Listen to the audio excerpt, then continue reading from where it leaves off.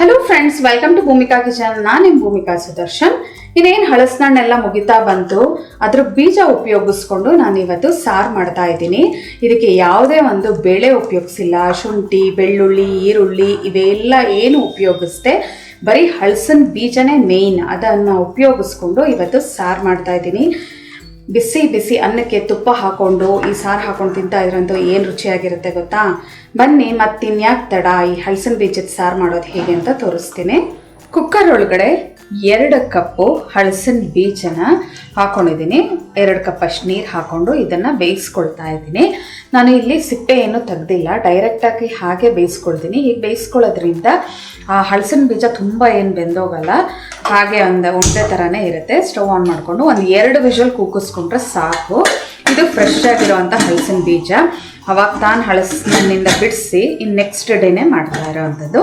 ಒಂದು ಮೀಡಿಯಮ್ ಫ್ಲೇಮಲ್ಲಿ 2 ವಿಷಲ್ ಕೂಗಿಸ್ಕೊಂಡ್ರೆ ಸಾಕು. ಪ್ರೆಷರ್ ಬಿಟ್ಟಿದೆ,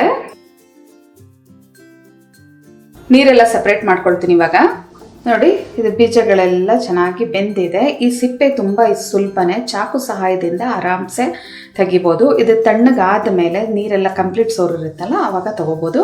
ಒಂದು 5 ನಿಮಿಷ ಬಿಟ್ಟು ಈ ಸಿಪ್ಪೆ ಎಲ್ಲ ರಿಮೂವ್ ಮಾಡ್ಕೊಳ್ತೀನಿ. ಹಲಸಿನ ಬೀಜಗಳೆಲ್ಲ ನೋಡಿಲಿ ಈ ಥರ ಸಿಪ್ಪೆ ಎಲ್ಲ ಕ್ಲೀನಾಗಿ ರಿಮೂವ್ ಮಾಡ್ಕೊಂಡಿದ್ದೀನಿ.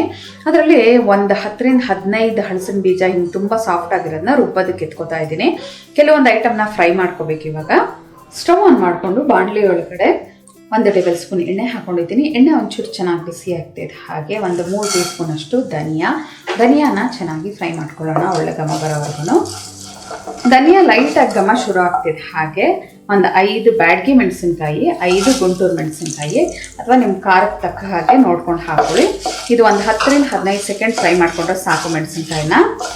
ಮೆಣಸಿನ್ಕಾಯಿ ಎಲ್ಲ ಒಂಥರ ಚೆನ್ನಾಗಿ ಫ್ರೈ ಆಗ್ತಿದೆ, ಹಾಗೆ ದಪ್ಪ ಆಗೋಕ್ಕೆ ಶುರು ಆಗ್ತಿದೆ. ಹಾಗೆ ಒಂದು 1/4 ಕಪ್ಪು ಹಸಿ ತೆಂಗಿನ ತುರಿ, ಈ ತೆಂಗಿನ ತುರಿನೂ ಹಾಕಿ ಚೆನ್ನಾಗಿ ಫ್ರೈ ಮಾಡ್ಕೋಬೇಕು. ಲೋ ಫ್ಲೇಮಲ್ಲೇ ಫ್ರೈ ಮಾಡ್ಕೊಳ್ಳಿ. ತೆಂಗಿನಕಾಯಿನ 1 ನಿಮಿಷ ಫ್ರೈ ಮಾಡ್ಕೊಳ್ತಿದ್ದೆ. ಹಾಗೆ ಸ್ಟವ್ ಆಫ್ ಮಾಡ್ತೀನಿ. ಇದು ತಣ್ಣಗಾದ ನಂತರ ಮಿಕ್ಸರ್ ಜಾರ್ ಒಳಗಡೆ ಹಾಕೊಳ್ತೀನಿ. ಮಿಕ್ಸರ್ ಜಾರ್ ಒಳಗಡೆ ತಣ್ಣಗಾಗಿರೋ ಅಂಥ ಐಟಮ್ನೆಲ್ಲ ಹಾಕೊಂಡಿದ್ದೀನಿ. ಇವಾಗ ಇದಕ್ಕೆ ಸ್ವಲ್ಪ ನೀರು ಹಾಕೊಂಡು ನುಣ್ಣದಾಗಿ ರುಬ್ಕೋಬೇಕು. ಆದಷ್ಟು ನೈಸಾಗಿ ರುಬ್ಕೊಂಡಿದ್ದೀನಿ. ಈ ಖಾರನ ನಾವು ಯಾವ ಬಾಣಲಿಯಲ್ಲಿ ಸಾರು ಮಾಡ್ತೀವಿ ಅದಕ್ಕೆ ಹಾಕೊಳ್ಳೋಣ.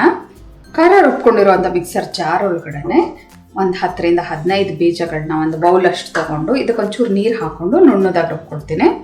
ಇದೇ ಬಾಣಲಿಯಲ್ಲಿ ನಾನು ಸಾಂಬಾರು ಮಾಡ್ಕೊಳ್ಳೋದು. ಇದ್ರೊಳಗಡೆ ಖಾರ ಹಾಕ್ಕೊಂಡಿದ್ದೀನಿ. ಇವಾಗ ನಾನೇನು ಹಲಸಿನಣ್ಣನ ಬೀಜ ಬೇಯಿಸ್ಕೊಂಡಿದ್ನಲ್ಲ, ಅದನ್ನು ಕೂಡ ಚೆನ್ನಾಗಿ ನೀರು ಹಾಕ್ಕೊಂಡು ರುಬ್ಕೊಂಡಿದ್ದೀನಿ. ಇನ್ನೊಂದು ಸ್ವಲ್ಪ ನೀರು ಹಾಕ್ಕೊಳ್ತೀನಿ. ಮಿಕ್ಸರ್ ಜಾರ್ಗೆ ಇನ್ನೊಂದು ಅರ್ಧ ಲೋಟದಷ್ಟು ನೀರು ಹಾಕ್ಕೊಂಡು ಅದನ್ನು ಹಾಕ್ಕೊಂಡಿದ್ದೀನಿ. ಒಂದು ದಪ್ಪ ಗೋಲಿ ಗಾತ್ರದ ಹುಣಸೆಹಣ್ಣಿನ ರಸ ಅಥವಾ 1 ಟೇಬಲ್ ಸ್ಪೂನ್ ಅಷ್ಟು ಗಟ್ಟಿ ಹುಣಸೆಹಣ್ಣಿನ ಪೇಸ್ಟು, ಬೆಲ್ಲ 1 ಟೀ ಸ್ಪೂನ್ ಅಷ್ಟು, ರುಚಿಗೆ ತಕ್ಕಷ್ಟು ಉಪ್ಪು 1 ಟೀ ಸ್ಪೂನ್. ಇವಾಗ ಇದಕ್ಕೆ ಇನ್ನೊಂದು ಅರ್ಧ ಲೋಟದಷ್ಟು ನೀರು ಹಾಕ್ಕೊಂಡು ಸಾಂಬಾರು ಹದಕ್ಕೆ ಇದನ್ನು ತೆಳು ಮಾಡ್ಕೊಳ್ತೀನಿ. ಕುದಿಯೋದಕ್ಕೆ ಇಡೋಣ. ಇವಾಗ ಇದನ್ನು ಎಲ್ಲ ಚೆನ್ನಾಗಿ ಮಿಕ್ಸ್ ಮಾಡ್ಕೊಂಡಿದ್ದೀನಿ. ಇದು ಕುದಿಯೋದಕ್ಕೆ ಶುರು ಆಗಲಿ. ಕುದಿಯೋದಕ್ಕೆ ಶುರು ಆಗ್ತಿದ್ದಂಗೆ ಬೇಯಿಸಿಟ್ಕೊಂಡಿರುವಂಥ ಹಲಸಿನ ಬೀಜಗಳನ್ನ ಹಾಕೊಳ್ಳೋಣ.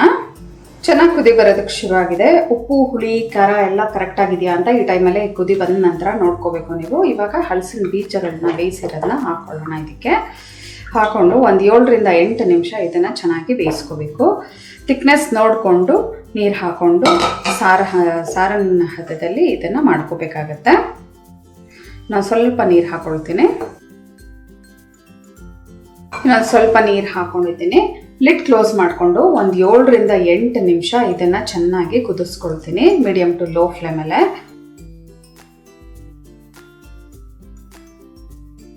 ಒಂದು 8 ನಿಮಿಷ ಇದನ್ನ ಮೀಡಿಯಮ್ ಟು ಲೋ ಫ್ಲೇಮಲ್ಲಿ ಚೆನ್ನಾಗಿ ಕುದಿಸ್ಕೊಂಡಿದ್ದೀನಿ. ನೋಡಿ, ಈ ಹದದಲ್ಲಿ ಇರಬೇಕು. ಮಧ್ಯ 1-2 ಸಲ ಮಿಕ್ಸ್ ಮಾಡ್ಕೊಂಡಿದ್ದೆ. ಇವಾಗ ಇದಕ್ಕೆ ಸಾಸಿವೆ, ಇಂಗನ್ನು ಒಗ್ಗರಣೆ ಹಾಕ್ಕೊಂಡಿದ್ದೀನಿ. 1 ಟೇಬಲ್ ಸ್ಪೂನ್ ಎಣ್ಣೆ, ಸಾಸಿವೆ 1 ಟೀ ಸ್ಪೂನು, ಕರಿಬೇವಿನ ಸೊಪ್ಪು 1 ರಿಂದ 2 ಗರಿ, ಇಂಗು ಮೇಯ್ನ್ ಹಾಕೊಳ್ಳೇಬೇಕು. ಹಲಸಿನ ಬೀಜ ಆಗಿರೋದ್ರಿಂದ ಇದು ವಾಯು.